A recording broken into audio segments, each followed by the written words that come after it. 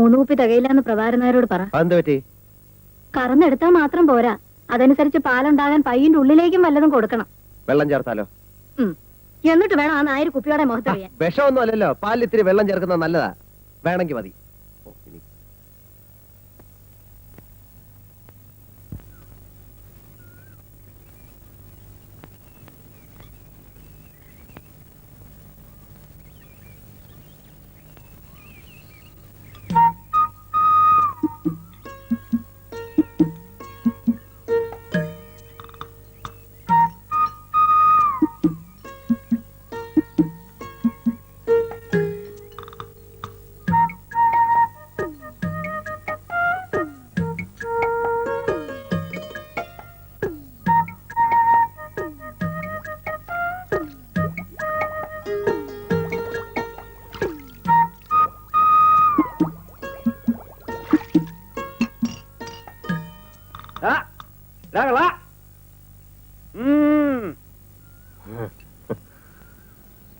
അത് ശരി, പ്രഭാരനായ ചായക്കടയിൽ നീ നാട്ടുകാര് കുടിക്കണതേ ഈ കുളത്തിലെ വെള്ളമാണല്ലേ?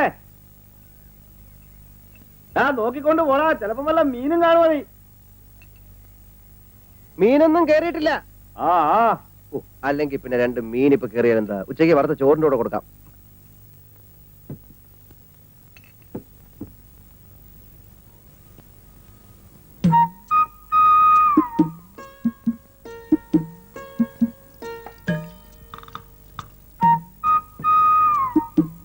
പാല് വെള്ളം പോലെയാണല്ലോ. പാല് വെള്ളം പോലെ അല്ലാതെ പിന്നെ കല്ല് പോലെ ഇരിക്കണം.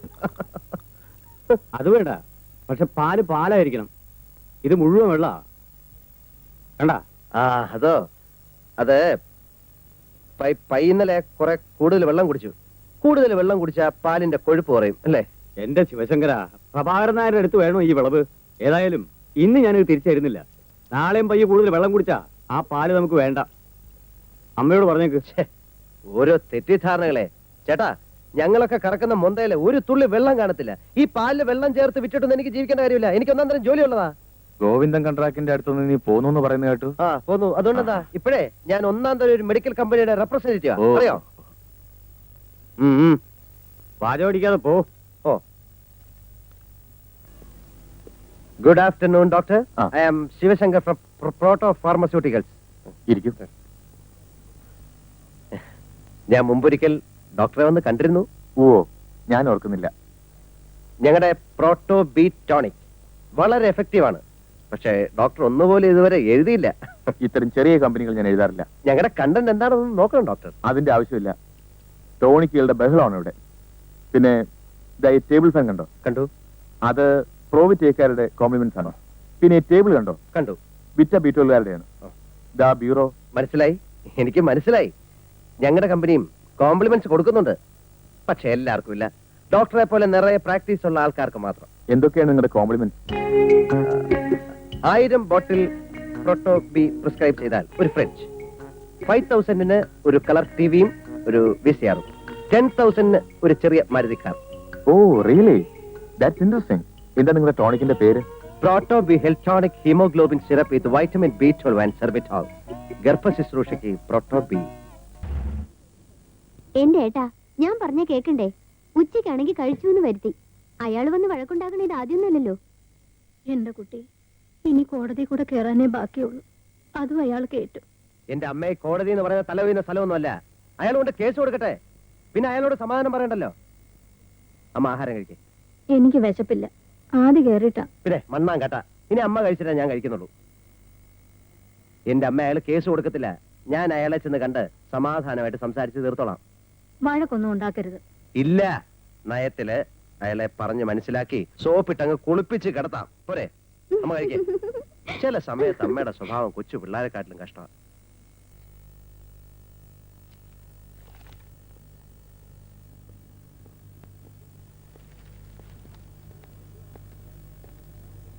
എന്ത് വേണം? ഞാൻ ചേട്ടനെ ഒന്ന് കാണാമെന്നാ.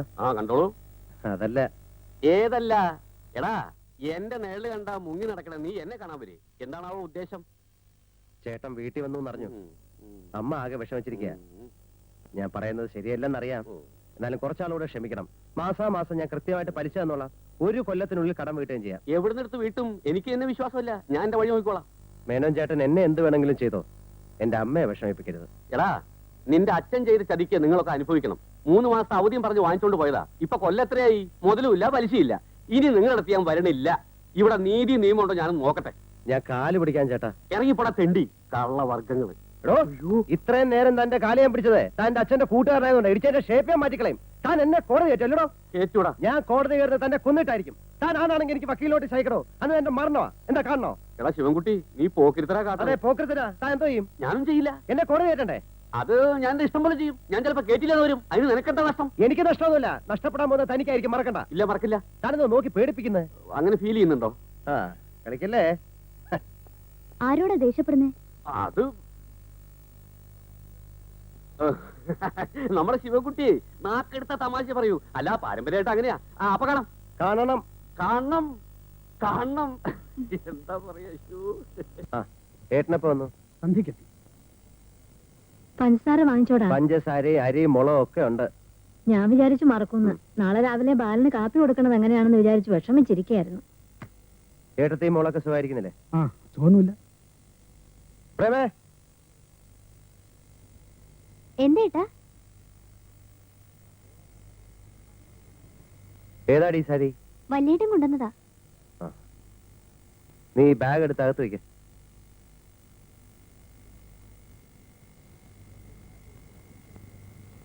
പെണ്ണ് സാരി എടുത്ത് കാണുമ്പോ പേടിയാവുക. അതെന്താ? ചേട്ടൻ ശ്രദ്ധിച്ചില്ലേ? അവള് വലിയ പെണ്ണായി. ഒരുത്തനെ കിട്ടണമെങ്കിൽ കാശ് എത്ര കൊടുക്കണമെന്നാ? അതിനെന്താ, ഇപ്പൊ നല്ല വരവല്ലേ? വരവോ? ചേട്ടനോട് ആര് പറഞ്ഞു?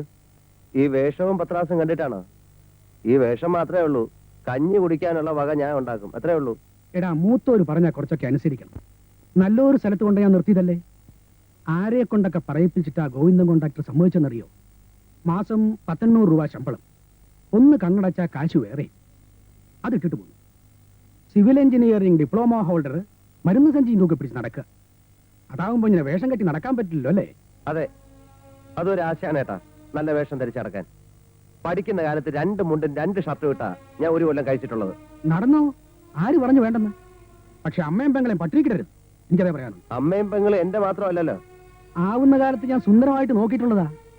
ഇപ്പൊ എനിക്ക് കുടുംബമായി. ഒരു സർക്കാർ ഉദ്യോഗസ്ഥന് എന്ത് കിട്ടുമെന്ന് അറിയാമല്ലോ. കുടുംബം നോക്കിയ കഥയൊന്നും ഏട്ടൻ പറയണ്ട. മാസം 300 റുപ്യ തരും. പിന്നെ ഇവിടെ ഉണ്ടാവണ തേങ്ങയും പാലും വിറ്റാ ഞങ്ങൾ കഴിഞ്ഞത്. ഏട്ടനെ ഞാൻ കുറ്റം പറഞ്ഞതൊന്നുമല്ല.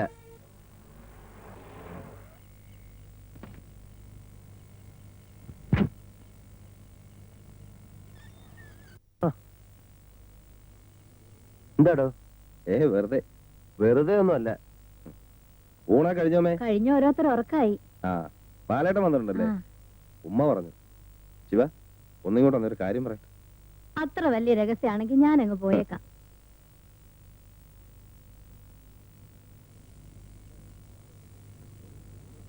എന്താ കാര്യം? ഒരു കോള് വന്നിട്ടുണ്ട്. 10,000 റുപ്യ കിട്ടും. ഒറ്റയ്ക്ക് പോകാനൊരു മടി. നിനക്കൊന്ന് കൂട്ടുവരാമോ? നിനക്ക് 10,000 രൂപ കിട്ടുന്ന കാര്യമാണെങ്കിൽ ഏത് കള്ളക്കടത്തിന് ഞാൻ റെഡിയാ. എന്താ കാര്യം? പഴം. പഴോ? പഴമെന്ന് പറഞ്ഞാ ശവം. ഒരു കക്ഷിയുടെ കാർന്നൂര് കിറങ്ങി. വയസ്സായി ചത്തതാ. നാളെ നേരം വെളുക്കുന്നതിന് മുമ്പ് ശവം തറവാട്ടിലെത്തിക്കണം. മരണ സർട്ടിഫിക്കറ്റ് വാങ്ങിച്ച് ഇന്ന് കൊണ്ടുപോകാൻ പറ്റത്തില്ല. നമ്മുടെ കാറിൽ കൊണ്ടുചെല്ലാമെങ്കിൽ 3,000 റുപ്യ തരാമെന്ന് പറഞ്ഞു. കേക്കട്ടെടാ. കുഴപ്പാവോ? കുഴപ്പമാവാതെ കൊണ്ടുപോകണം. കൊലക്കേസൊന്നുമല്ലല്ലോ. ഞാൻ അറിയുന്ന ആളാ. എങ്ങനെ കൊണ്ടുപോകും? അതിലൊരു സൂത്രമുണ്ട്. ചൂടാറണതിന് മുമ്പ് കൊണ്ടുപോകണം. നിനക്ക് വരാൻ വിഷമമുണ്ടോ? വിഷമിച്ച കാശ് കിട്ടുമോ? വരുന്നിടത്ത് വെച്ച് കാണാം. എന്താ?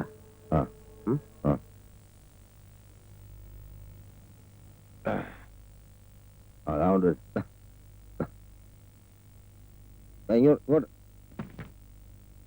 അതോട്ട് അതോട്ട്. കിടത്തല്ലേ കിടത്തല്ലേ. ഇങ്ങോട്ട് പിടിച്ച് ഒന്ന് പിടിച്ചോ. മൂത്തി അത് ഓർമ്മയുണ്ടെന്നേ.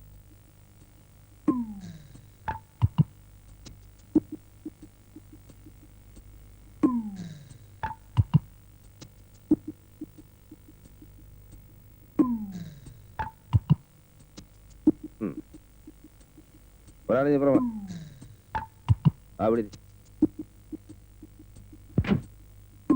ആ അടച്ചോ വാ ആ ശകലം കൂടെ വേണ്ട വണ്ടി ഓടിക്കാനുള്ള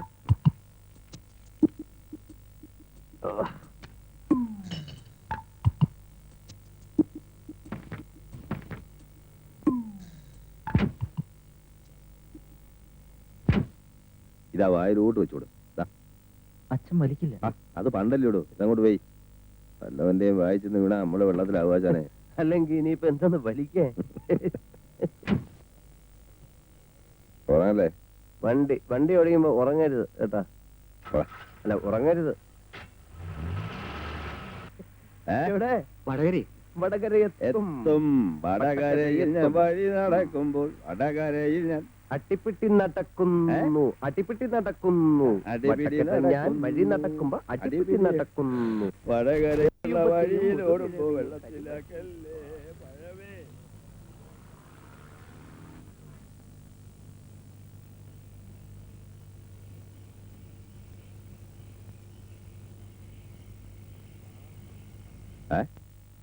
ആഹാ കൈയും കാലിന് വെറുതെ ഞങ്ങളെ കാശ് തന്ന് ഞങ്ങളെ പറഞ്ഞു വിടും. അത് കഴിഞ്ഞിട്ട് മതി മടക്കലും നൂർക്കലും ഒക്കെ. ചെക്കിംഗ് ഒന്നും ഉണ്ടായില്ലല്ലോ. 2500 പോരെ? ചങ്ങാതി സ്വന്തം തന്തയുടെ ശവം കൊണ്ടുവരുമ്പോഴെങ്കിലും പിച്ചത്തരം കാണിക്കാടൂ. മൊത്തമുണ്ടല്ലോ. ഞങ്ങള് പോയിട്ട് മതി അവരെ വിളിച്ചുടത്തുന്നത്. വെറുതെ കരച്ചിലും പിടിച്ചിലും ഒക്കെ ആയിട്ട് ഞങ്ങള് പോവാ. അപ്പൊ ഞങ്ങള് പോട്ടെ. ഹലോ അപ്പൊ ഞങ്ങള്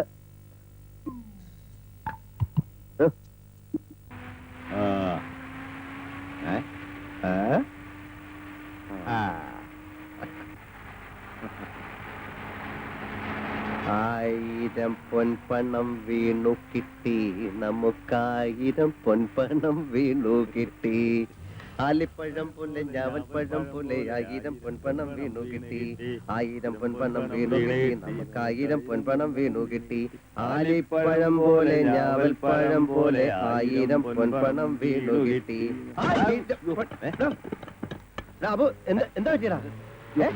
പടച്ചോനെ ചതിച്ചാ എന്താ പറ്റിയടാ? നോക്കണ്ട നീ നിന്നും എന്താ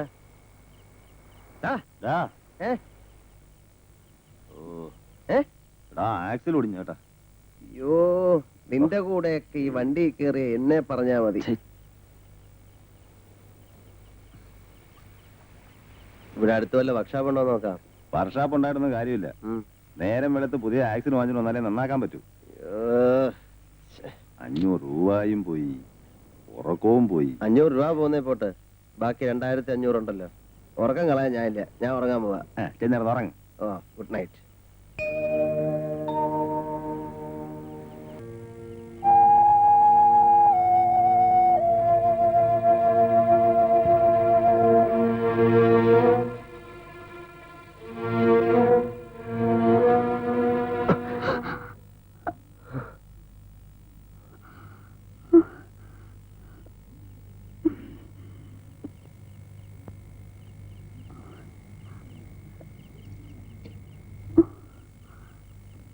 വെള്ളം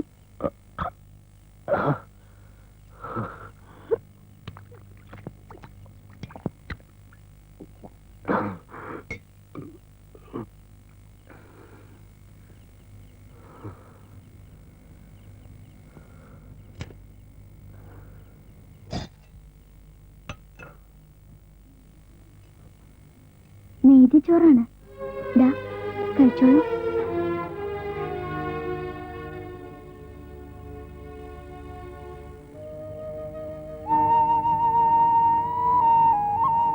എന്താ കരയണേ?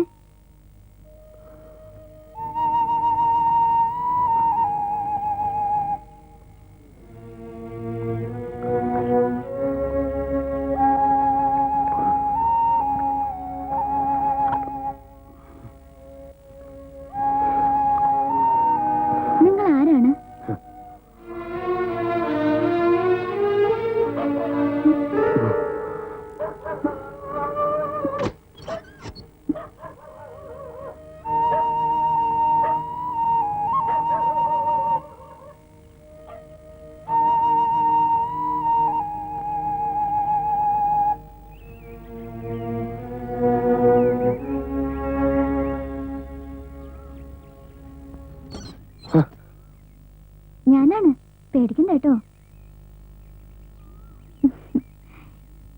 ഇവിടെ ആരുമില്ല. വേണമെന്നുണ്ടെങ്കിൽ പുറത്തേക്ക് വന്നോളൂ. വന്നോളൂന്നേ, ഞാൻ നുണ പറഞ്ഞതല്ല. എല്ലാവരും പോയിരിക്ക. ഏടത്തിയുടെ ഭർത്താവ് രാവിലെ ഡ്യൂട്ടിക്ക് പോയി. ഇനി 2 ദിവസം കഴിഞ്ഞേ വരൂ. അച്ഛനും ഏടത്തിയും അമ്പലത്തില് ഒരടിയന്തരമുണ്ട്. ഞാനൊരു സൂത്രം പറഞ്ഞിങ്ങോട്ട് പോന്നു. പല്ലുവേദന. പല്ലുവേദന ഉണ്ടോ കുട്ടിക്ക്? ഹേയ്, എന്റെ പല്ലിനൊന്നും ഒരു കേടുമില്ല. ഞാൻ കള്ളം പറഞ്ഞാലും അച്ഛൻ വിശ്വസിക്കും. പാവം, എന്നെ അത്ര ഇഷ്ടാ.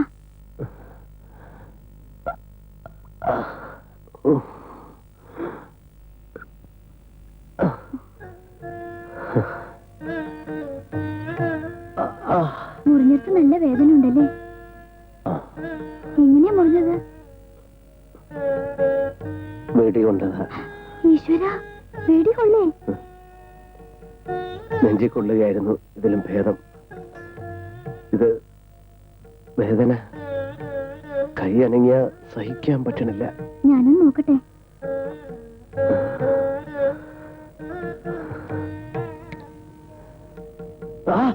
ഇതിനുള്ളിൽ ഇരിക്കുന്നുണ്ട്. തൊട്ടാൽ അറിയാം. എല്ലില് കൊണ്ടിട്ടില്ലാന്ന് തോന്നുന്നു. എങ്ങനെ അറിയാം? എല്ല് പൊട്ടിയാൽ ഇങ്ങനെയാ. നീര് വന്നിപ്പോ കൈ ഇത്രയും ഉണ്ടായേനെ. ഓടിക്കളിച്ച് വീണ് എന്റെ ഈ കൈയുടെ എല്ലൊന്ന് ചിന്നിയതാ ചെറുപ്പത്തില്. എന്റെ അമ്മേ, എന്തായിരുന്നു വേദനയും നീരും. ഇത് എല്ലില് കൊണ്ടിട്ടില്ല, ദശയിലാണ്. കുട്ടിക്ക് ഇതൊന്ന് എടുത്തുതരാം. ഞാനോ?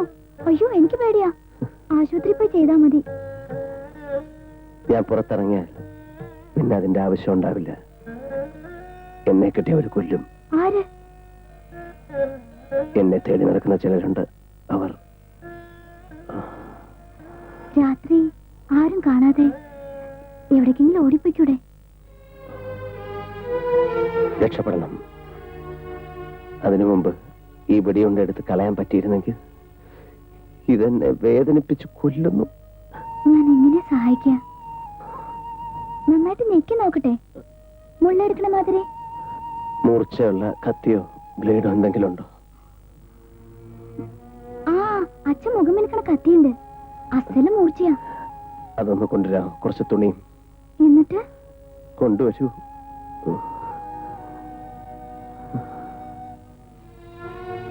ഇത് അപകടമാവുമെന്ന് കേട്ടില്ല. എങ്ങനെ കാശുണ്ടാക്കണം എന്ന് മാത്രമായിരുന്നു മനസ്സിൽ. കടങ്ങൾ വീട്ടണം, പ്രേമയെ കെട്ടിച്ചയക്കണം, നല്ല വീട് വയ്ക്കണം, എൻ്റെ അമ്മ സുഖമായിരിക്കുന്ന കാണണം. അങ്ങനെ 1000 മോഹങ്ങൾ. അബുവിനും അതെ. എല്ലാം തകർന്നു പോയി. പണം ഉണ്ടെങ്കിൽ എല്ലാം നേടിയെന്ന് വിശ്വസിച്ചു. ഇപ്പോ പണമുണ്ട്. 20 ലക്ഷം രൂപ. ഏതോ ഒരു ഭാര്യത്തെ വെളിച്ചമില്ലാത്ത തട്ടുംപുറത്ത് പൊടിയും മാറാലയും പിടിച്ചു കിടക്കുന്നു. ഇത് കുടിക്കണവരെ എനിക്ക് പേടിയാ. ഏടത്തിയുടെ ഭർത്താവ്, അയാൾ എന്നും കുടിക്കും. പിന്നെ എന്തൊക്കെ വൃത്തിയേടാ പറയാന്നറിയോ? അസത്ത്. അയാൾ കുപ്പി അന്വേഷിക്കുമ്പോ ഇനിയിപ്പോ എന്താ പറയേണ്ടി ഈശ്വര? എന്നെ പേടിയുണ്ടോ? സത്യം പറഞ്ഞ ഇപ്പൊ കുറച്ച് പേടിയുണ്ട്. പേടിക്കണ്ട. അറിഞ്ഞുകൊണ്ട് ശിവശങ്കരൻ ആരെയും ഉപദ്രവിച്ചിട്ടില്ല. ഞാനിന്ന് ജീവിച്ചിരിക്കുന്നത് കുട്ടിയുടെ കാരുണ്യം കൊണ്ടാ. മറക്കില്ല, മരണം വരെ മറക്കില്ല. ഇയാളുടെ കഥ മുഴുവൻ പറഞ്ഞു. എന്റെ പേരോട് ചോദിച്ചില്ല. സ്നേഹലത എന്ന ശരിക്കും പേര്. തങ്കമെന്ന് വിളിക്കും. അച്ഛൻ തങ്കക്കുട്ടിന്ന്. തങ്കം. തങ്കം തന്നെയാണ് കുട്ടിയുടെ മനസ്സും. കൊല്ലുമെന്ന് ഭീഷണിപ്പെടുത്തി.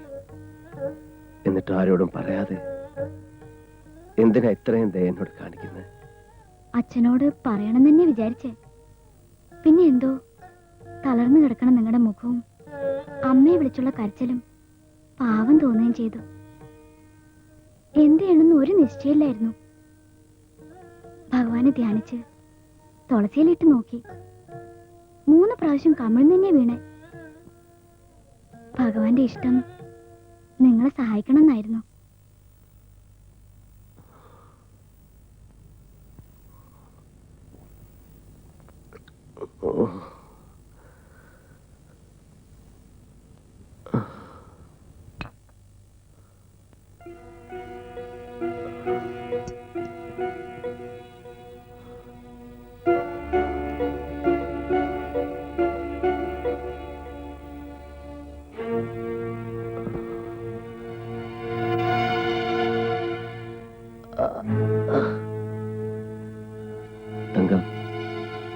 ഈ കത്തി ഒന്ന് കൃത്യമായിട്ട് വെച്ചേരാ.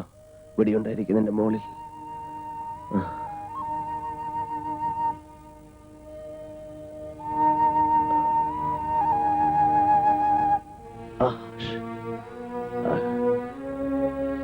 ഷർട്ട് വേണേ കയറിക്കുള്ളൂ.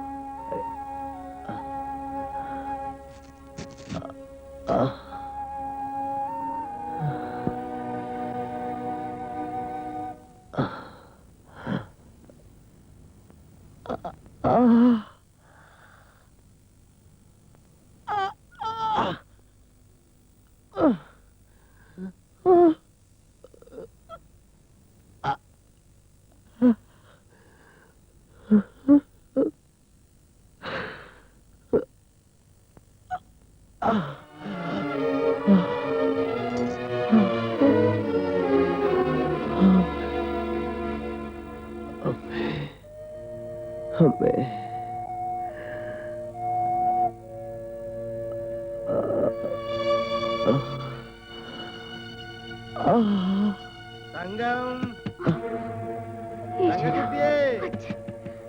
ഇത് പിടിച്ചോണ്ട് കിടന്നോളൂ. അനങ്ങരുത്.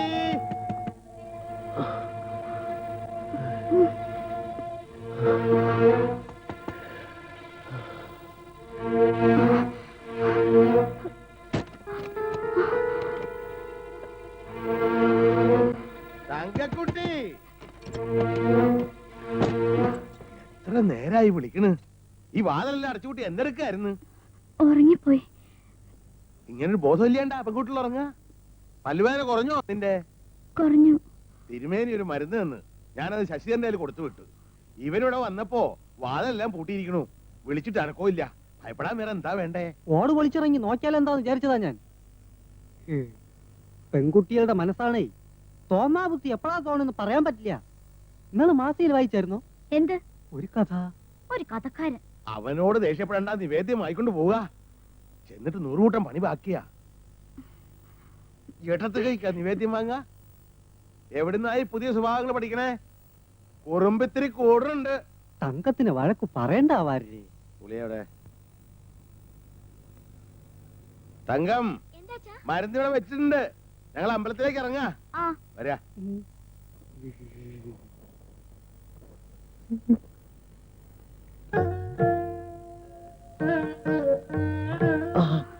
ഇപ്പൊ മാറും വേദന. പള്ളിന്ന് കൊണ്ടുവന്ന ഭസ്മ. അച്ഛന്റെ ഒരു മുണ്ടെടുത്തു തരാം. ഈ ഉടുപ്പും കൂടെ ഊരി തന്നാ ഞാൻ തിരുമ്പിടാം. തെക്കേക്കെട്ടിലൊരു കുളിമുറിയും കക്കൂസും ഉണ്ട്. ഞാൻ വെള്ളം കോരി വെച്ചേരാം. സുഖമായിട്ടൊന്ന് കുളിച്ചാ ക്ഷീണം പകുതി മാറും. കുളി കഴിഞ്ഞാ നല്ല മഞ്ഞപ്പൊടി ഇരിക്കുന്നുണ്ട്. വെളിച്ചപ്പാട് നെറുകയിലിടുന്ന മഞ്ഞപ്പൊടിയാ. മുറിവ് പെട്ടെന്ന് കരിയും.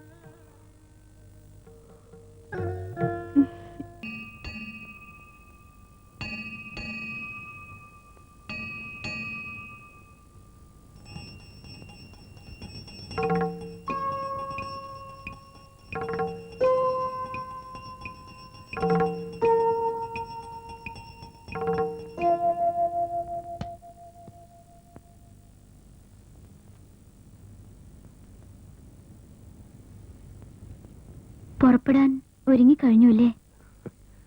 ഒരുങ്ങാൻ എന്താ ഉള്ളത്? പ്രസാദം. ശത്രുസംഹാര പൂജ കഴിച്ചു. മനസ്സ് നിറഞ്ഞ് പ്രാർത്ഥിക്കുകയും ചെയ്തു. ഞാൻ തൊട്ടു തരട്ടെ?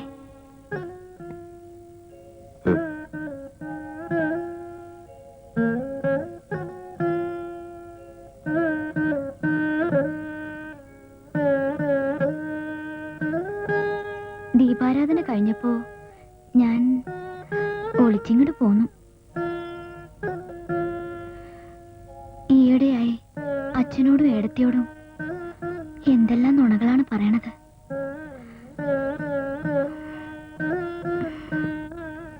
ഇനി നമ്മൾ കാണുമോ എന്നെങ്കിലും? ഒരാഴ്ചയായിട്ട് സമാധാനായിരുന്നു. ഒരു ഉറപ്പ്, എന്തുണ്ടായാലും രക്ഷിക്കാൻ ഒരാളുണ്ട് എന്നൊരു തോന്നൽ.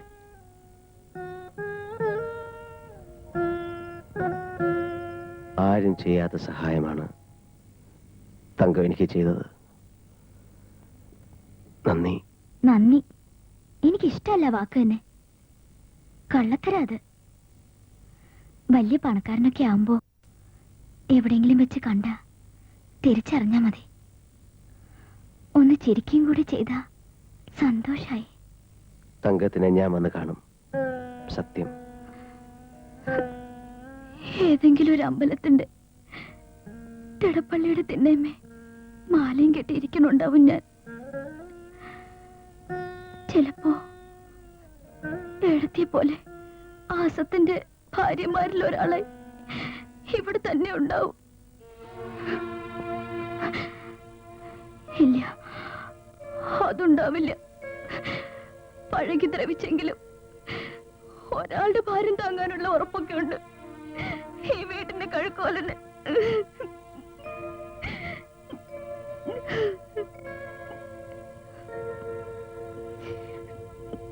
പോകുമ്പോ കഴിക്കാൻ എന്താ തന്നുവിടേണ്ടത്? ഒന്നും വേണ്ട. പെട്ടി നിറയെ പണം ഉള്ളപ്പോ എന്തിനാ ഇനി നെയ്തിച്ചോറ് അല്ലേ? ഞാൻ ഇറങ്ങുന്നത് മരണത്തിലേക്കാണോ ജീവിതത്തിലേക്കാണോ എന്നെനിക്കറിയില്ല. അല്ലെങ്കിൽ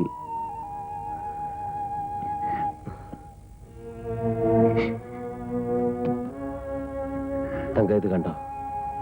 എടുത്തോളൂ, ഇഷ്ടമുള്ളത് എടുത്തോളൂ. എത്ര ലക്ഷം വേണമെങ്കിലും. അല്ലെങ്കിൽ വേണ്ട, ഇത് മുഴുവൻ എടുത്തോളൂ. വേണ്ട, അത് കണ്ടിട്ട് തന്നെ എനിക്ക് പേടിയാവണം. ഇതല്ലാതെ നിനക്ക് വേണ്ടി വേറെ ഞാൻ എന്താ ചെയ്യുക? എന്നെ ഈ നരകത്തിൽ നിന്ന് രക്ഷിക്കാമോ?